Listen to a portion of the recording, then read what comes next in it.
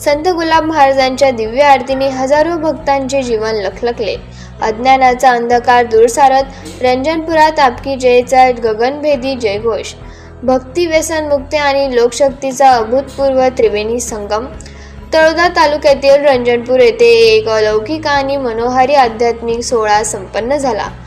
आपकी जय परिवारातर्फे आयोजित संत श्री गुलाब महाराजांच्या आरती पूजनाच्या या दिव्य सोहळ्याने केवळ रंजनपूर नव्हे तर अवघा परिसर व्यसनमुक्ती आणि भक्तीच्या तेजाने उजळून निघाला।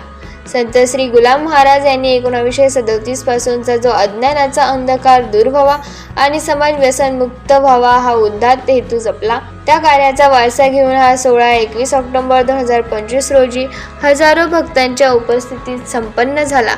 या सोहळ्याचे सर्वात मोठे वैशिष्ट्य म्हणजे मध्य प्रदेश, महाराष्ट्र आणि गुजरात या तिन्ही राज्यातून आलेल्या हजारो भाविकांची उपस्थिती। क्षेत्राच्या सीमा ओलांडून आलेल्या या भक्तगणांमुळे रंजनपुराला खऱ्या अर्थाने आध्यात्मिक मंदियाळीचे स्वरूप प्राप्त झाले होते।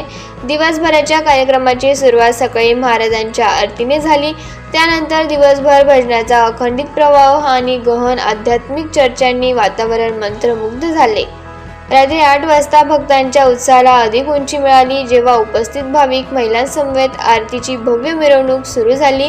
ही मिरवणूक भक्ती आणि उत्साहाच्या महासागरातून मार्गक्रमण करत संत गुलाब महाराज यांच्या समाधीस्थळापर्यंत पोहोचली। मध्यरात्री ठीक 12 वाजता जेव्हा हा आरती सोहळा संपन्न झाला, तेव्हा उपस्थित प्रत्येक भक्ताच्या चेहऱ्यावर एक देवी तेज आणि आत्मिक शांतीचा भाव स्पष्ट दिसत होता। हा क्षण केवळ धार्मिक विधीचा नव्हता, तर महाराजांच्या व्यसनमुक्तीच्या महान कार्याची पुण्यप्रतिज्ञा करण्याचा आणि जीवन शुद्ध करण्याचा तो एक दमदार संकल्प होता।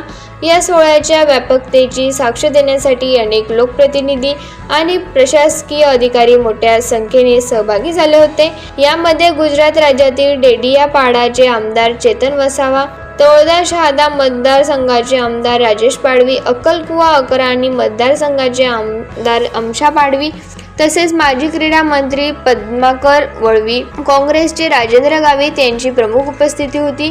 प्रशासनाच्या वतीने नंदुरबार जिल्हा उपविभागीय पोलीस अधिकारी सुभाष भोये आणि तळोदा पोलीस निरीक्षक राजू लोखंडे व त्यांचे संपूर्ण पथक भक्तिभावाने सहभागी झाले होते।